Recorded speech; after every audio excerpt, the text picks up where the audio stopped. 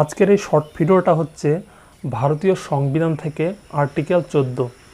Article 14তে বলা আছে equality before law, মানে আইনের সামনে আইনের চোখে সবাই সমান।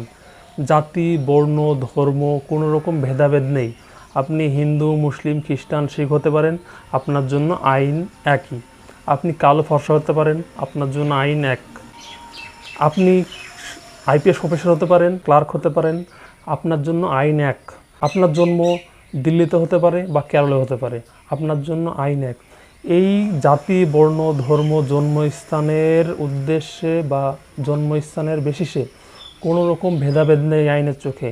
আইনের সামনে আইনের চোখে সবাই সমান, কোনো রকম ভেদাভেদ ছাড়াই। এটাই আর্টিকেল 14 বা 14-এ বলা আছে। ভারতের আইন সম্বন্ধে বাংলায় জানতে হলে এই চ্যানেলটির সঙ্গে থাকুন। সমস্ত